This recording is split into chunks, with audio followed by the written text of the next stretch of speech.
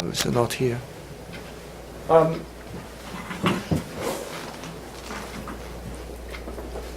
Okay, so the evolution of material economy, animism, bioethics in Asia and the Americas. Raspberries are in both. Confucius said to love a thing means wanting it to live. So this is a basis for ethics. Bioethics emerged thanks partly to the catalytic effects of new technology, which led to the re-examination of medical ethics and social ethics and international dialogue and ethical principles. And we have different specialized areas such as medical ethics, dental ethics, environmental ethics, public health ethics. And this morning so far we've talked largely about environmental ethics and not much on the public health. The word bioethics was first used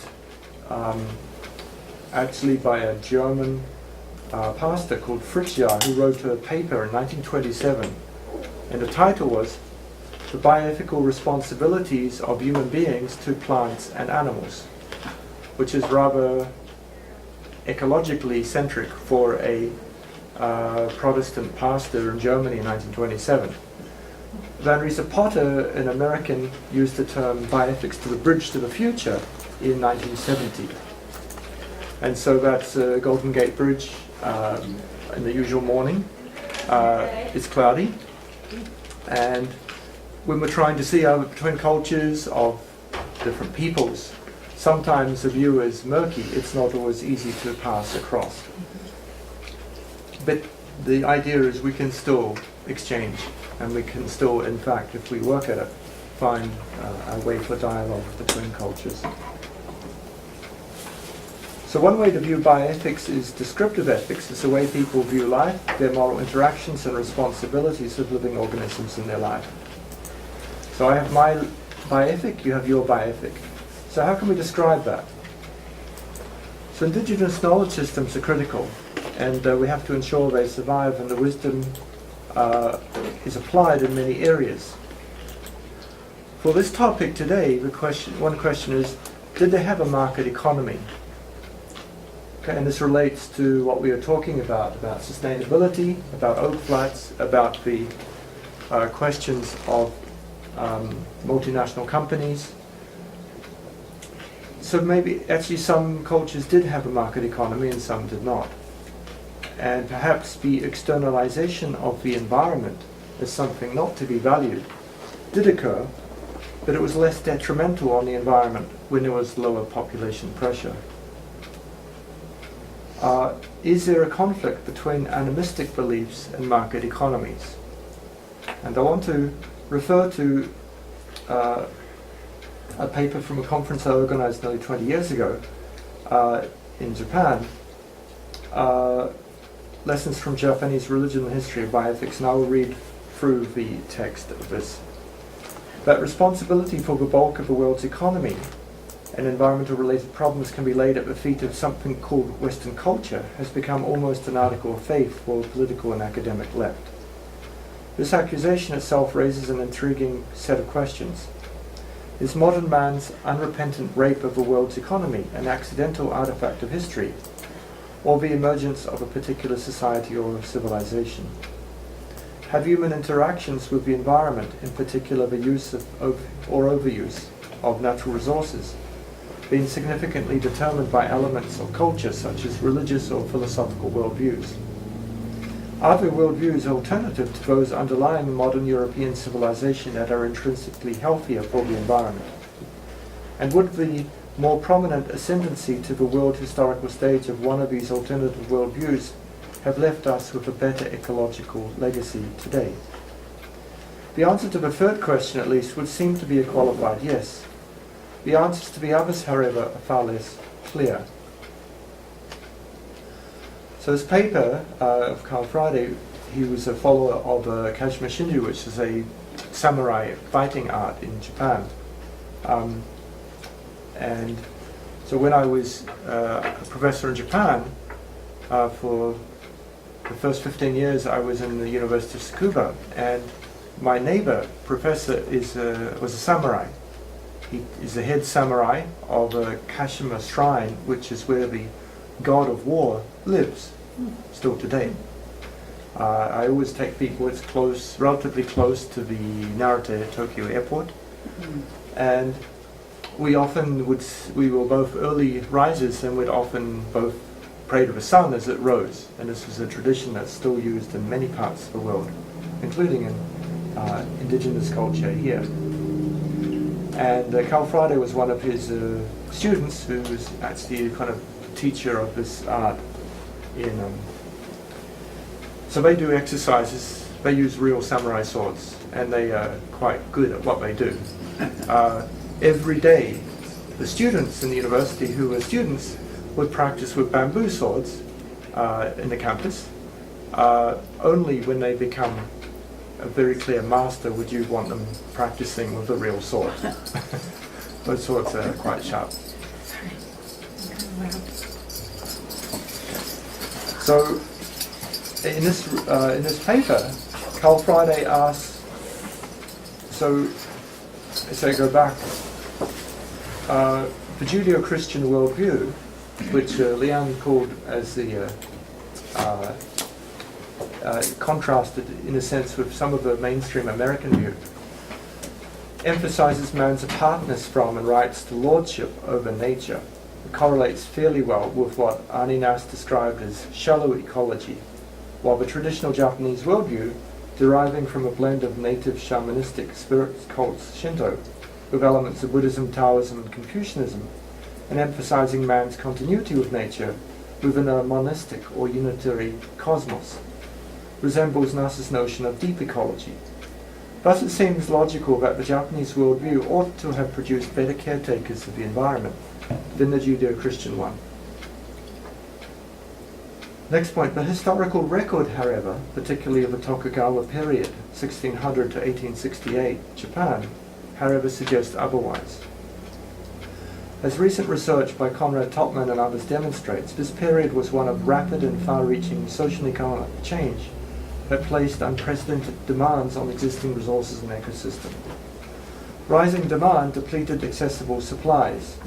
The historical record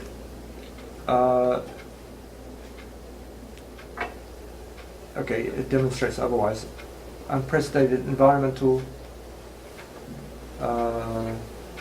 demands. It really, let's repeat it here.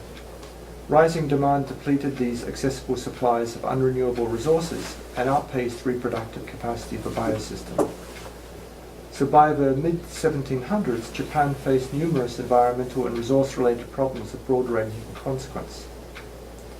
Thus it appears that the Japanese example justifies at least a healthy degree of skepticism towards some of the popular answers to questions concerning the relationship between human-environment-related philosophies and human-environment-related behavior. At a minimum, the Japanese example presents us with a problem. Tokugawa Japan was a society organized with a highly eco-friendly worldview, one consistent with the modern notions of deep ecology, and precisely the sort of society one might expect to have produced a utopian record on use of interaction with environmental resources. And yet the same society clearly proved to be just as destructive towards its surrounding natural environment, with commensurably serious consequences, as so-called Western civilization has been. And from my home country in New Zealand, when they went to look at the graves and of the old ovens, we used to have 13 species of moa. I don't know if you've ever heard of moa, M-O-A. It was a large bird. Okay? It's a large bird, the tall bird's around 5 to 6 meters high. It means they'd be up to this window. You'll see Big Bird on Sesame Street is about 2 meters. Okay? So these moas, but all 13 species were made extinct. When they looked at the oven pits, around a third to a half of the meat was often just wasted and left on these birds. So this is was a book by an Australian looking at called The Future Eaters. And so when we look, when people didn't have a population pressure, they had abundant food. Sadly, they were not always so environmentally conscious as their worldview would have made us believe. So material economy and sort of taking too much from nature is something which is not always been something which Indigenous people have come away from. Another question about this linkage is where does our identity come from? Humanity's always wondered about these kinds of things. Is our identity in our land, in our place? So in many Pacific islands, our identity is in the place. We are part of the environment, we're part of the ocean, we're part of this heavens and the sky we navigate by. This is all part of the place. And that's our identity, we are the peoples. And I think that we can find still in some North American indigenous tribes as well. It made it very difficult, of course, after colonization anywhere in the world, when your identity was linked to a place, when that place is taken away, and that way of life. This is a picture from Xochicalco in Mexico, with several people, two of the students of AUSN and one of our professors. And I'll read the second part of the slide first. The Americas is described as a new world by many people. In terms of human history, it is, because Europeans dominate human history. Okay? But in terms of academics, it's interesting. The first university in the Americas was at Xochicalco, more than 1,000 years ago. And it has reliefs in the stone of indigenous tribes with different costumes, headdresses, coming together to study. So it is in that spirit that we're established a university on sovereign land again. Okay? And in the spirit, tribal colleges are also established. However, the degree of control by the federal government on many of the colleges has not really led to their flourishing. Raquel mentioned before Sean Wilson. He's an Australian Aboriginal academic, a professor in the University of New South Wales, and he spoke in the Salish Kootenai College in Montana at the first meeting of the North American Indigenous Research Association, which I attended, and it was very interesting. And so some of this methodology for Indigenous research was developed there. And the method of presenting a thesis with interviews and dialogue, and also possibly with video accounts and others, is gradually becoming accepted in North America, but it's still being a struggle. In some other parts of the world, it's more widely accepted. Okay. And we also have some mainstream universities. University of Idaho, the Department of Education has a few PhDs graduated, and one was just a video of stories with the ancestors, accepted as a PhD. So we're starting to reform the type of knowledge system that can be accepted into Western knowledge.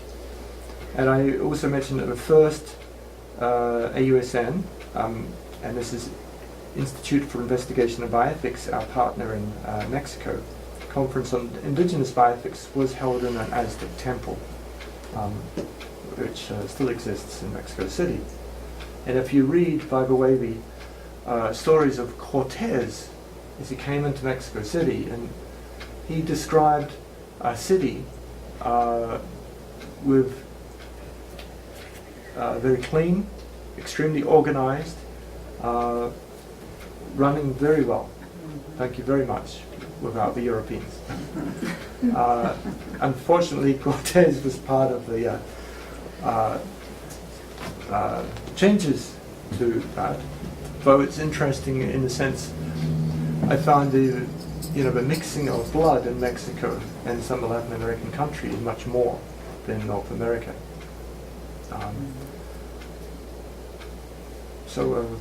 But indigenous people certainly have struggles in Latin America. And we've had a second conference we had in Chile. Chile is really challenging. They still have no about 1 million people, but they don't have a sovereign land. The government was trying to suppress that, and there's still a movement.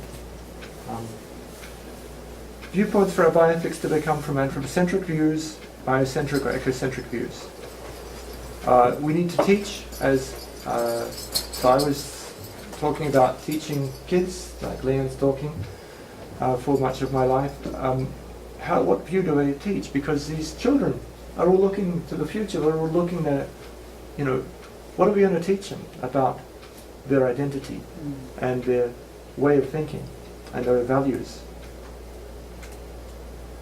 A second way to view ethics is prescriptive ethics, to tell others what's ethically good or bad, or what principles are most important in making such decisions. It may also be to say that something or someone has rights and others have duties to them. And much of ethics you learnt in school, in any country, is prescriptive or normative. In 2005, UNESCO got unanimous agreement from every country, including the United States, and to a Declaration on Bioethics and Human Rights. It outlines 15 principles, and the question is, are these descriptive or prescriptive? And I worked as a senior UNESCO official for 9 years, coming in the process during this, and when we had meetings in the Pacific, some of the Pacific peoples were very upset that UNESCO had outlined this universal ethics without consulting, or they didn't think it's consulting. So, in fact, most of these, if we take it as descriptive, they're probably descriptive and accept. They can be useful. The utility is also as a way of advancing dialogue. So if I have a discussion, let's say I have a Apache person and one of the Maori tribes in New Zealand, and they come together and talk about bioethics, because now Leanne will talk about bioethics with Maori bioethicists. And she can go straight and say, well, what do you think about equality, justice and equity? What do you think about privacy and confidentiality? Now, of course, she'll talk about her identity and how she came to who she is. But when developing laws and policy to respect people's privacy, she can say, well, she doesn't need to say is it accepted or not. It's accepted. There's some privacy, there's some confidentiality, and how do we advance a dialogue to develop and reform policy? And so it's a vehicle for Indigenous peoples also to develop policy on particular issues. Third way is interactive ethics, discussion and debate between people, groups within society, and communities, and such dialogue skills are necessary to live harmoniously with others. So dialogue is the source of wisdom, and a process that starts a peaceful gathering. And this principle of dialogue, or interactive ethics, or nowadays ethics committees, or student-centered learning, or whatever we use, is not a new discovery. It's a traditional method of community knowledge and passing on. So how can we develop that in institutions of learning? Okay. We do have a common future. So this topic of is our planet, is our oasis? We have a crisis of survival, a common challenge.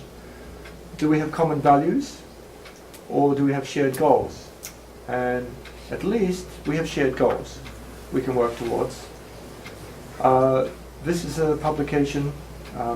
It's available online. I have a couple of hard copies left. UNESCO initially didn't want to publish this book. It was developed with 4 other colleagues. Only when they came and said I'd resign if it wasn't published, and my Assistant Director General said, actually it is good. And then he decided that way, and then the head of ethics resigned in Paris because he's a good friend and a European who wanted to develop ethical principles for the international declaration, and I said that our evidence is not. How do we find our knowledge? Well, one way is museums. This is a group. This is one of the classes we had. in the Indonesian National Museum. It starts off with a tribal map of some of the tribes of Indonesia, and you can find a museum approach. Okay, now you have in Phoenix a herd museum. I think it's a wonderful museum. Should you have all these dolls in the museum away from their family homes? I'm not sure about that. Yeah, but museum people have different views of how to share knowledge, and knowledge systems, however, were often banned. So this has been a challenge. How do we find the knowledge systems? As Leanne has talked about in the past, the boarding school system, and United States, boarding schools were used in every country that I know, in Australia, in Japan, all around. Australia tended to use forced, not just boarding school, but adoptions, to take the kids away from the parents altogether, not just the school. Of course, the killing was fairly common as well. But we have a challenge to articulate knowledge systems, but also knowledge systems are not static. They are living as part of the environment, and how do we develop that? So I think that's part of our evolution of knowledge systems. One of the projects will continue is a repository of worldviews of nature to describe and to share. You can find some of this on the Bioethics Institute website. UBIAS is an NGO I made. It means Good Life, made in 1990. And we have a repository of papers. And so you can click on these papers. I haven't progressed much since I left UNESCO. I do it together with a Sikh human rights group with Jasdeep Rai.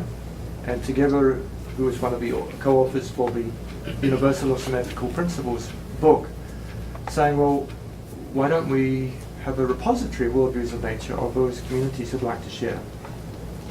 And of course, some anthropologists put in their work, and we have people, Cambodian views, the Chinese views. In fact, Shan, who wrote this, one of my former interns, will start her PhD next week in Thailand of AUSN. She's working for an NGO in the Mekong. You will see many examples. So, a couple of examples. Ria. In fact, Ria was in Flagstaff. We went to see her a couple of months ago on a government exchange program. She works for the Indonesian government.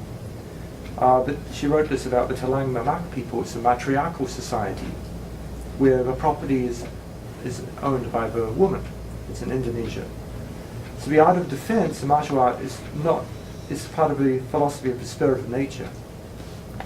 And a number of martial arts actually are linked to the philosophy of being one with nature. In fact, the energy flow is all usually linked to nature. So some of this we will see, and this is also another avenue which could be interesting. And the techniques are based on deep observation of animal behavior and the elements of nature, fire, air, water, earth, which are basic elements. The peacock dance in Cambodia. So nature is always the strongest inspiration of all Khmer dances, coupled with customs, traditions, and beliefs, all of which have much in common. In other terms, dance is not merely an optional luxury, it's a way of life. Music, song, poetry, and dance is all integral parts of Khmer life. Bunron, by the way, is doing a PhD in bioethics in Taiwan now. So all these people will start to do bioethics. Let's see. The Jodi environmental ethics. Jodi is one of the indigenous tribes in Brazil, in the Amazon. And basically,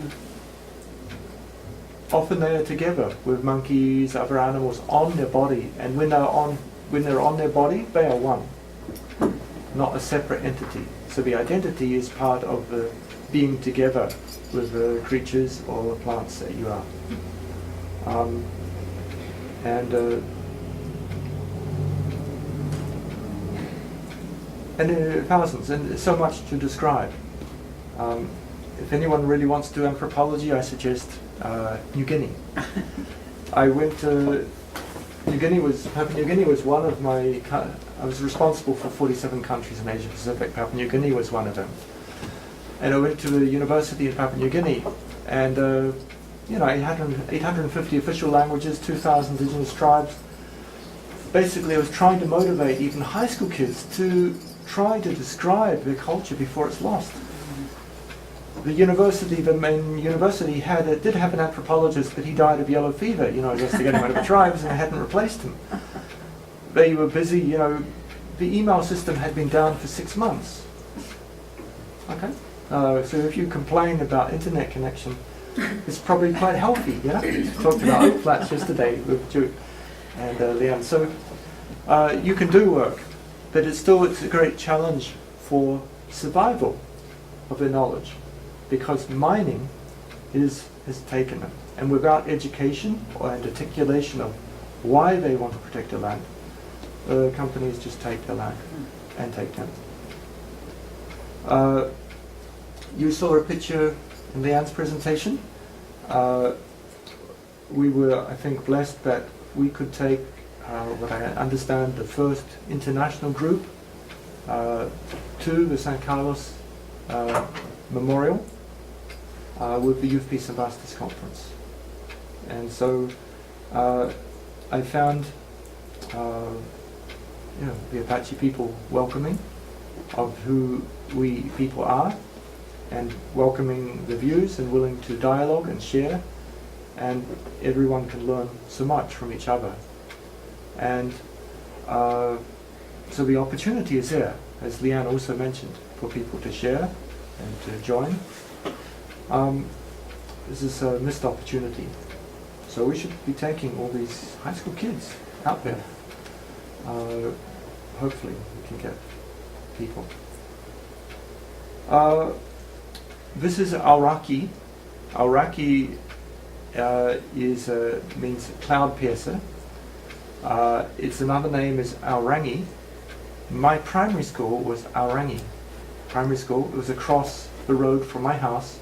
It means a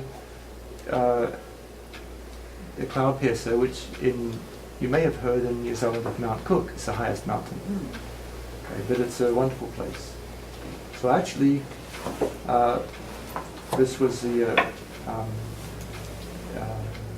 school I went to. Okay. We have a wonderful flowers and plants. Pahutakawa is a New Zealand Christmas tree. So at Christmas time we have Pahutakawa. It's a red flower, indigenous tree. It's very common, and it's much of the forest is lit up. As Leanne knows, I'm interested in not only human beings, and the more we learn about ourselves is interesting. This is a culture of elephant skull passing. These are skulls of elephants. Elephants are migratory animals. They migrate over spaces of around 600 miles. When they come back to the skulls of their mother or father, they pick up the skull and pieces of bone with their trunk, and they pass from trunk to trunk. Now that's a very interesting observation. My residence is actually in Japan, and one thing I learned in Japan, you must never, and general lesson for you eating, if you're eating Japanese food, you must never pass the sushi from chopstick to chopstick. The only occasion in which you pass something from a chopstick to chopstick is the bones of your cremated relative or loved one when you pass it into the urn. which I have done. But that's the only occasion in which you'll pass something from chopstick to chopstick, because if you're good at chopsticks, you know, it's very convenient. Here, take this. You must never do. So that was very interesting to me, because this culture was also found in elephants. Skull passing of bones of ancestors. You know, life has so many things for us to learn about. Protection of the nature for future generations is very important.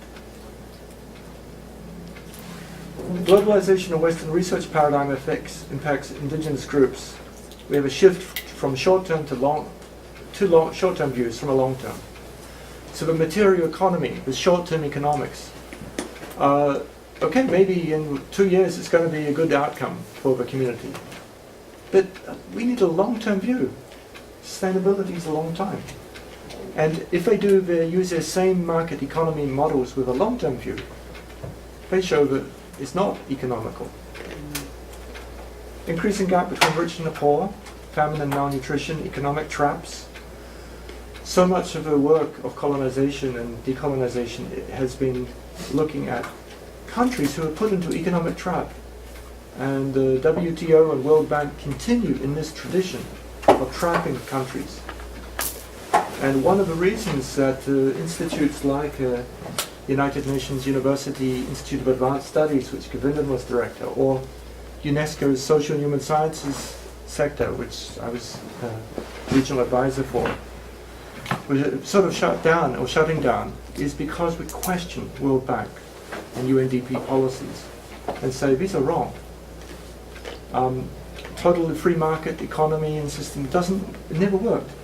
The British Empire and the United States never succeeded based on a free market. They succeeded using exclusive markets and subsidies. That's why they're successful, and they still have such things, protectionism. Yet they keep many countries in the world, most countries, in an economic trap. So this is major the whole system. Challenges to traditional ways of thinking, particular types of research, and I was involved a lot in considering genetics research. My first PhD was in molecular biology. So then I was talking with many communities about genetic piracy and taking genes in the 1990s, and it still continues as ASU also experienced and still didn't remember harvest people. Yet 20 years ago I'd been in the United States working with US NIH and others to make guidelines to protect against this sort of thing, and UN guidelines, but obviously they were not passed on. And so with globalization, easy movement of capital goods, technology and persons across national borders is accompanied by an ever-widening dissemination of diverse ideas, beliefs, values and customs among various peoples. So this cultural diffusion is accelerating through telecommunication. Cultures which had claimed individual uniqueness from one another now blur into one another. And this sharing of cultures has benefits. We call it mondialization of culture. It has benefits. Okay, we can eat, different food. Now, I don't know where Subway sandwiches culture came from. It's waiting there. I'm sorry, you're going to have it soon, but you have enough fruits. So there is a benefit. Taoism. You may have heard of Tao. One of my PhD students in Japan, she did a study of the values of elderly people towards the end of life in Taiwan, New Zealand, and Taiwan. So she went and she was a student. She was actually older than me at the time, but she was still a student. And she's a professor now, and she's actually on AUSN as well. She's joined in as a Dean for Faculty Development, or Vice Dean, I should say. So she'll work with Govindan on how to develop.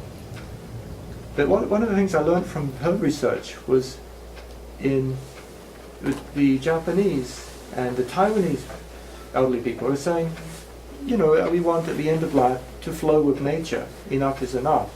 We'll flow with the Tao.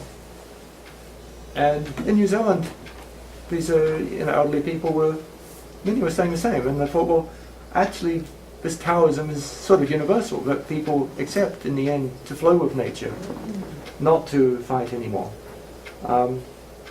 So probably we all have a bit of Taoism in us, but that became more popular in terms of philosophy. We'd say that's Taoism, even though it's actually across every culture. A number of books I worked on in UNESCO are published. You can find in UNESCO or on our websites. They looked at particular elements of the environment, but many of them look at the material economy. The privatization of water, privatization of carbon taxes, industrialized meat production. And I won't go into it because nobody said you've only 2 vegetarians in the room, and we don't have so many vegetarian sandwiches because you said you all eat anything, so I'm not going to talk about it. If you want, you can talk about it after lunch. So these are,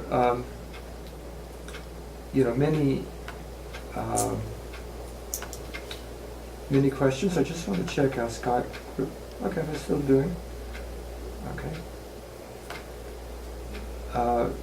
Won't be too much longer for our people who want to go to bed. And then some will stay up for the whole day, which is great.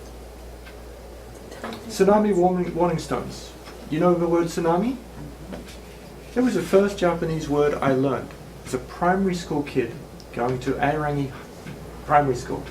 Because in the front of a telephone book in New Zealand, I lived in the Christchurch, was on the beach, it has natural disasters, fire, earthquake, tsunami. What's tsunami? Okay, so tsunami, now you know, means big wave. This is a tsunami warning stone. It's a few hundred left. They're put up by the survivors. And they usually say in Japanese, a big wave came, tsunami came, everyone died, don't build below the stone. Okay? And what do people normally do? Build below the stone. And in parts of northeastern Japan, these 15-meter tsunami is quite decent. It's bigger than the moa bird. It's 15 meters would be well over this building. You would be no good going to the roof of this building in a tsunami. They come every 60 to 70 years. Grandparents, you learn from your grandmother. Grandmothers in Japan, in coastal Japan, teach all their children. There's only one thing to do when a tsunami comes. Guess what they say? Run. You don't stop for anything. You run to the hill and you have a safe place. Sadly, in the 2011, some of the kids went to the top of two-story high school buildings, which was not enough. They were just washed away. Those who went, had a 4-story building, usually okay. A few schools, they thought, oh, we won't worry so much, and the kids washed away. This is ancient knowledge. What happens for the old people? No, you don't take your people in a wheelchair. They're going to die. Okay? You don't get in your car and start driving to pick up somebody. You don't know when it comes, and these are big. And in some of the valleys, they are 30 meters high. It's 100 feet. Okay? And so, tsunami is a word, and now you see along the coast in California, tsunami, and you see in Indonesia, where I did work with people from disasters, in Padang, which is one of the cities waiting for a tsunami.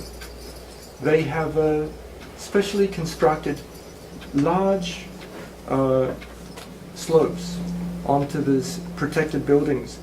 They have a high concrete building. They use it, but they also made the outside accessible. So in a big earthquake, everyone will run or up the slope. It's very large access to the top of the building. And the house will be washed away. They know that, but they don't want to leave their land because land is special, and they'll go back and rebuild. But this is a knowledge living together.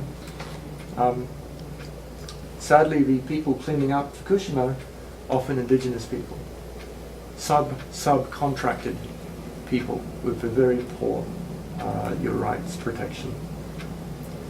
Ethics in nuclear energy technology, that's another story. I got told off by the International Atomic Energy Agency. Director General told UNESCO Director General, stop that man doing this report on ethics of nuclear energy technology. And I was told by the Assistant Director General of UNESCO, please stop it, why are you doing it? And I said, this is the ethics of science and technology, and it's quite a relevant issue to discuss in a balanced manner. Anyway, they got me out of there anyway.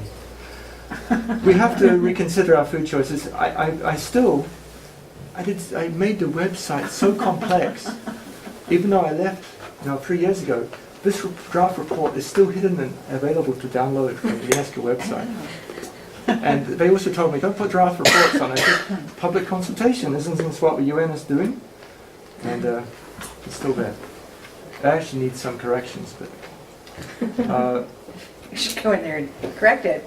Well, they got me out of that web system one day after I... but I had a mirror site for many of the controversial stuff I'd already set up, so I didn't lose any information. I had hundreds of youth action plans which they took down as well, which we have. So we have to consider our food choices and agricultural practices, think about our needs versus our wants. I must be honest, this was used to construct a peace park in Thailand. And you say, oh dear, isn't this a conflict?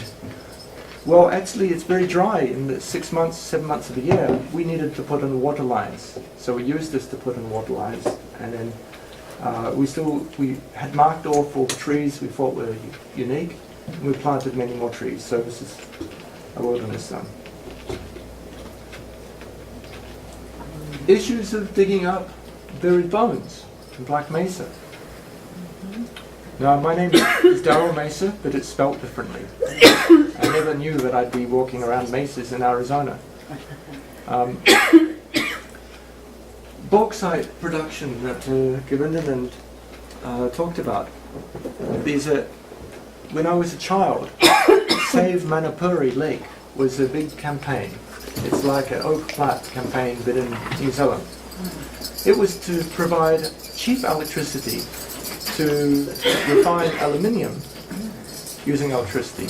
And the aluminium was dug out from Indigenous land in Australia. It was shipped to New Zealand, where they dammed some sacred burial sites in the lakes, and then exported to Japan by Camelco, a multinational company. And they used this sort of system, but the government made a deal to provide very cheap electricity for 40 or 50 years for the company, because the main cost is electricity. Do we have a right to a house, owning property? This is someone's house in Tamil Nadu, India. Yes, we do have a right. Do we have a right to work? Is there a right to minimum wage? Can we farm in what manner? These are all issues. So there is a market economy. We do have a right to work. Indigenous medicines, briefly, was raised before. The dominance of the pharmaceutical industry and market-driven healthcares are really dominating people's life and their health. Market-driven foods are dominating food, health. And so the cold sodas are in the fridge, by the way, if you want. They're in the fridge. We have water and cold soda because people like cold soda, marketed. But you can make your choice, and you can make your choice from vegetables or better. The loss of knowledge of traditional medicine is very critical. Have you heard of Nelson Mandela? Yes, sir. Yes? So this is the doctor of Nelson Mandela. He lives in Pretoria. He was very kind to welcome me to his house. It's a settlement in Pretoria. All the houses are either just one colour. So when And this is one of my youth peace ambassadors. He's actually a professional basketball player from Zimbabwe. He played in South Africa. But he works on drug rehabilitation for youth in Pretoria. Does it sound familiar to many issues? So we walk along all these houses that are the same color, all the same style, and then suddenly here comes this house and the garage. It's pretty easy to tell where the traditional healer is living. He is trained, he's happy to accept trainees from any tribe around the world, and he has spent time with Indian medicine in India, Chinese medicine in China, in Latin America, and he welcomes them. He finds knowledge in all sorts. He has his own college, and he has, one of the extra things that's interesting about him is he has a garden of traditional medicinal plants, and I have a garden of traditional medicinal plants in Thailand. So I tried to create that, by the way, in Salt River, and they were very suspicious of this white man coming, and that's one thing. So it's one thing if you want to develop it yourself, the need for medicinal plants. Now maybe they need to grow in nature with the environment and preserve the environment together. It would be very nice. Okay? And it's possible.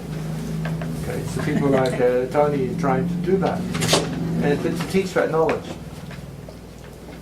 Because it's interesting, when I've met with some chiefs in Samoa, some of the chiefs have a very major debate. Should we share our sacred knowledge, or should we not? Okay, so the King of Samoa did his PhD in Australian National University. He's of the school doing a PhD, he thinks we should share knowledge. Some of the other chiefs think no, we should only share to someone who trusts. And I found this attitude is mixed around the world. I've been to some reservations here where traditional healers have been happy to share knowledge, maybe if you're trusted, that you're not going to go and take some part of it. The same as traditional healer here from South Africa is happy to share with people from around the world, and people he's gone to share with him because he's a healer. If you look in the video of Nelson Mandela coming out of in jail, he is there holding a palm leaf to try and cleanse Nelson Mandela, okay, from the, I guess you could say, contamination of staying in prison for a long time and not being able to have access to traditional medicine. In the world, around 80% of people use traditional medicine. In some countries, like Japan, you can choose. It's paid by, you get from the government reimbursed, traditional or Western. You can choose. And the doctors will ask you, okay, you have a cold, cough, which do you want? In some countries it's not given because the market has driven. Like us. In Nepal, can you get both? No, you can buy one to sell. I see. You can get more resources on these books, by the way.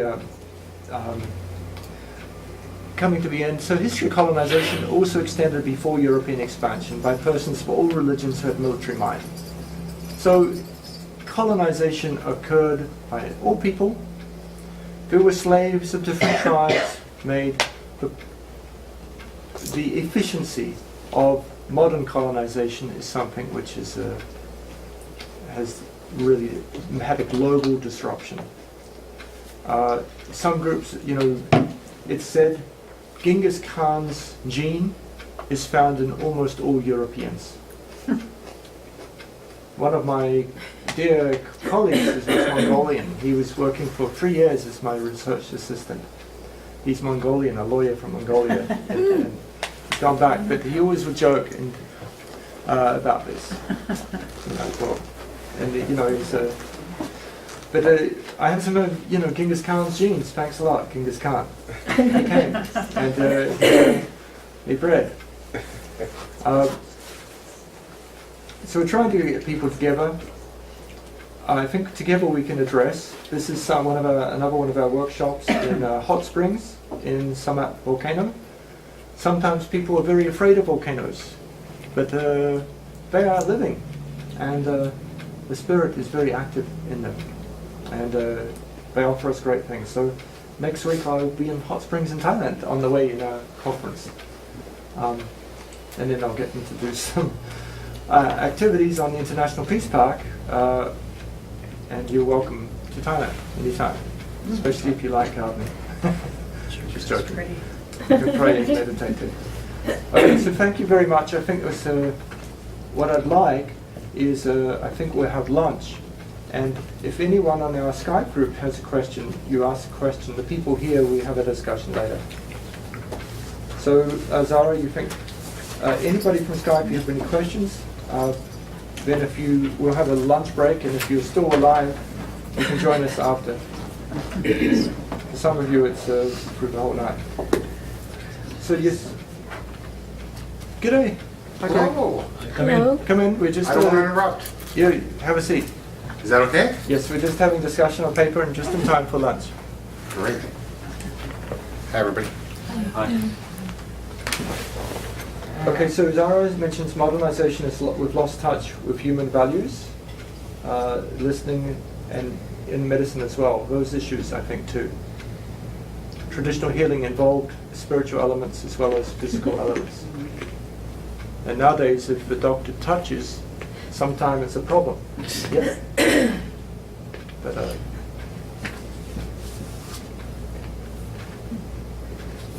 okay.